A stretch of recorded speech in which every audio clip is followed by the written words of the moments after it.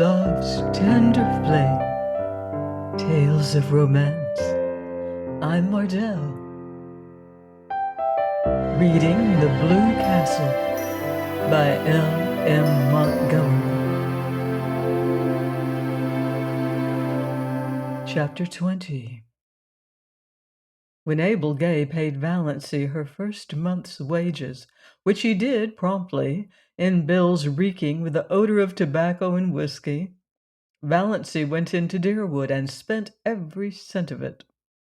She got a pretty green crepe dress with a girdle of crimson beads at a bargain sale, a pair of silk stockings to match, and a little crinkled green hat with a crimson rose in it. She even bought a foolish little beribboned and belaced nightgown. She passed the house on Elm Street twice. Valancy never even thought about it as home, but saw no one. No doubt her mother was sitting in the room this lovely June evening playing solitaire and cheating. Valancy knew that Mrs. Frederick always cheated. She never lost a game. Most of the people Valancy met looked at her seriously and passed her with a cool nod. Nobody stopped to speak to her. Valancy put on her green dress when she got home. Then she took it off again. She felt so miserably underdressed in its low neck and short sleeves, and that low crimson girdle around the hips seemed positively indecent. She hung it up in the closet, feeling flatly that she had wasted her money. She would never have the courage to wear that dress. John Foster's arraignment of fear had no power to stiffen her against this. In this one thing, habit and custom were still all-powerful. Yet she sighed as she went down to meet Barney Snaith in her old snuff-brown silk. That green thing had been very becoming. She had seen so much in her one ashamed glance. Above it, her eyes had looked like odd brown jewels, and the girdle had given her flat figure an entirely different appearance. She wished she could have left it on, but there were some things John Foster did not know. Every Sunday evening, Valancy went to the little Free Methodist church in a valley on the edge of Up Back, a spireless little gray building among the pines, with a few sunken graves and mossy gravestones in the small, paling-encircled, grass-grown square beside it. She liked the minister who preached there. He was so simple and sincere, an old man who lived in Port Lawrence and came out by the lake in a little disappearing propeller boat to give free service to the people of the small stony farms back of the hills who would otherwise never have heard any gospel message. She liked the simple service and the fervent singing. She liked to sit by the open window and look out into the pine woods. The congregation was always small. The Free Methodists were few in number, poor, and generally illiterate. But Valancy loved those Sunday evenings. For the first time in her life, she liked going to church. The rumor reached Deerwood that she had turned Free Methodist and sent Mrs. Frederick to bed for a day. But Valancy had not turned anything. She went to the church because she liked it and because, in some inexplicable way, it did her good.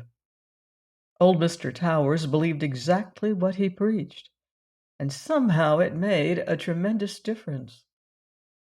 Oddly enough, Roaring Abel disapproved of her going to the hill church as strongly as Mrs. Frederick herself could have done. He had no use for Free Methodists. He was a Presbyterian. But Valancy went in spite of him. "We'll hear something worse than that about her soon," Uncle Benjamin predicted gloomily. They did. Valancy could not quite explain, even to herself, just why she wanted to go to that party. It was a dance up back at Chidley Corners, and dances at Chidley Corners were not as a rule the sort of assemblies where well-brought-up young ladies were found. Valancy knew it was coming off, for Roaring Abel had been engaged as one of the fiddlers. But the idea of going had never occurred to her until Roaring Abel himself broached it at supper. "You come with me to the dance," he ordered. "It'll do you good. Put some color in your face. You look peaked. You want something to liven you up." Valancy found herself suddenly wanting to go.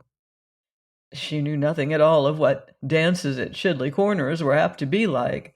Her idea of dances had been fashioned on the correct affairs that went by that name in Deerwood and Port Lawrence. Of course she knew the Corners dance wouldn't be just like them, much more informal, of course. But so much the more interesting. Well, why shouldn't she go? Sissy was in a week of apparent health and improvement. She wouldn't mind staying alone in the least. She entreated Valancy to go if she wanted to. And Valancy did want to go. She went to her room to dress. A rage against the snuff-brown silk seized her. Wear that? To a party? Never. She pulled her green crepe from its hanger and put it on feverishly. It was nonsense to feel so naked. Just because her neck and arms were bare, that was just her old maidishness. She would not be ridden by it. On went the dress, the slippers. It was the first time she had worn a pretty dress since the organdies of her early teens, and they had never made her look like this. If she only had a necklace or something, she wouldn't feel so bare then. She ran down to the garden. There were clovers there, great crimson things growing in the long grass. Valancy gathered handfuls of them and strung them on a cord. Fastened above her neck, they gave her the comfortable sensation of a collar, and were oddly becoming. Another circlet of them went round her hair, dressed in the low puffs that became her. Excitement brought those faint pink stains to her face. She flung on her coat and pulled the little twisty hat over her hair. "You look so nice and different, dear," said Sissy, "like a green moonbeam with a gleam of red in it, if there could be such a thing." Valancy stooped to kiss her. "I don't feel right about leaving you alone, Sissy." "Oh, I'll be all right. I feel better tonight than I have for a long while. I've been feeling badly to see you sticking here so closely on my account. I hope you'll have a nice time. I never was at a party at the Corners, but I used to go sometimes long ago to dances up back. We always had good times. And you needn't be afraid of Father being drunk tonight. He never drinks when he engages to play for a party. But, well, there may be liquor. What will you do if it gets rough?" "Nobody would molest me." "Not seriously, I suppose. Father would see to that, but it might be noisy and unpleasant." "I won't mind. I'm only going as a looker-on. I don't expect to dance. I just want to see what a party up back is like. I've never seen anything except decorous Deerwood." Sissy smiled rather dubiously. She knew much better than Valancy what a party up back might be like if there should be liquor. But again, there mightn't be. "I hope you'll enjoy it," she repeated. Valancy enjoyed the drive there. They went early, for it was 12 miles to Shedley Corners, and they had to go in Abel's old ragged-top buggy. The road was rough and rocky, like most Muskoka roads, but full of the austere charm of the northern woods. It wound through beautiful purring pines that were ranks of enchantment in the June sunset, and over the curious jade-green rivers of Muskoka, fringed by aspens that were always quivering with some supernal joy. Roaring Abel was excellent company, too. He knew all the stories and legends of the wild, beautiful up back, and he told them to Valancy as they drove along. Valancy had several fits of inward laughter over what Uncle Benjamin and Aunt Wellington et al. Would feel and think and say if they saw her driving with Roaring Abel in that terrible buggy to a dance at Shidley Corners. At first the dance was quiet enough. and Valancy was amused and entertained. She even danced twice herself with a couple of nice up-back boys who danced beautifully and told her she did too. Another compliment came her way, not a very subtle one perhaps, but Valancy had had too few compliments in her life to be over-nice on that point. She overheard two of the up-back young men talking about her and the dark lean-to behind her. "Know who that girl in green is?" "Nope, guess she's from out front. The port, maybe. Got a stylish look to her. No beaut, but cute looking, I'll say. Did you ever see such eyes?" The big room was decorated with pine and fir boughs and lighted by Chinese lanterns. The floor was waxed, and Roaring Abel's fiddle, purring under his skilled touch, worked magic. The up-back girls were pretty and prettily dressed. Valancy thought it the nicest party she had ever attended. By 11 o'clock she had changed her mind. A new crowd had arrived, a crowd unmistakably drunk. Whiskey began to circulate freely. Very soon almost all the men were partly drunk. Those in the porch and outside around the door began howling "Come all ye's" and continued to howl them. The room grew noisy and reeking. Quarrels started up here and there. Bad language and obscene songs were heard. The girls, swung rudely in the dances, became disheveled and tawdry. Valancy, alone in her corner, was feeling disgusted and repentant. Why had she ever come to such a place? Freedom and independence were all very well, but one should not be a little fool. She might have known what it would be like. She might have taken warning from Sissy's guarded sentences. Her head was aching. She was sick of the whole thing. But what could she do? She must stay to the end. Abel could not leave till then, and that would probably not be till 3 or 4 in the morning. The new influx of boys had left the girls far in the minority, and partners were scarce. Valancy was pestered with invitations to dance. She refused them all shortly, and some of her refusals were not well taken. There were muttered oaths and sullen looks. Across the room she saw a group of the strangers talking together and glancing meaningly at her. What were they plotting? It was at this moment that she saw Barney Snaith looking in over the heads of the crowd at the doorway. Valancy had two distinct convictions. One was that she was quite safe now. The other was that this was why she had wanted to come to the dance. It had been such an absurd hope that she had not recognized it before, but now she knew she had come because of the possibility that Barney might be there too. She thought that perhaps she ought to be ashamed for this, but she wasn't. After her feeling of relief, her next feeling was one of annoyance with Barney for coming there unshaved. Surely he might have enough self-respect to groom himself up decently when he went to a party. There he was, bareheaded, bristly-chinned, in his old trousers and his blue homespun shirt, and not even a coat. Valancy could have shaken him in her anger. No wonder people believed everything bad of him. But she was not afraid any longer. One of the whispering group left his comrades and came across the room to her, through the whirling couples that now filled it uncomfortably. He was a tall, broad-shouldered fellow, not ill-dressed or ill-looking, but unmistakably half-drunk. He asked Valancy to dance. Valancy declined civilly. His face turned livid. He threw his arm about her, pulled her to him. His hot, whiskied breath burned her face. "We won't have fine lady airs here, my girl. If you ain't too good to come here, you ain't too good to dance with us. Me and my pals have been watching you. You've got to give us each a turn and a kiss to boot." Valancy tried desperately and vainly to free herself. She was being dragged out into the maze of shouting, stamping, yelling dancers. The next moment the man who held her went staggering across the room from a neatly planted blow on the jaw, knocking down whirling couples as he went. Valancy felt her arm grasped. "This way, quick," said Barney Snaith. He swung her out through an open window behind him, vaulted lightly over the sill, and caught her hand. "Quick! We must run for it. They'll be after us." Valancy ran as she had never run before, clinging tight to Barney's hand, wondering why she did not drop dead in such a mad scamper. Suppose she did. What a scandal it would make for her poor people. For the first time, Valancy felt a little sorry for them. Also, she felt glad that she had escaped from that horrible row. Also glad that she was holding tight to Barney's hand.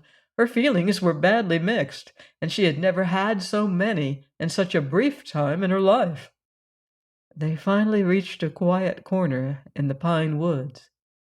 The pursuit had taken a different direction, and the whoops and yells behind them were growing faint. Valancy, out of breath, with a crazily beating heart, collapsed on the trunk of a fallen pine. "Thanks," she gasped. "What a goose you were to come to such a place," said Barney.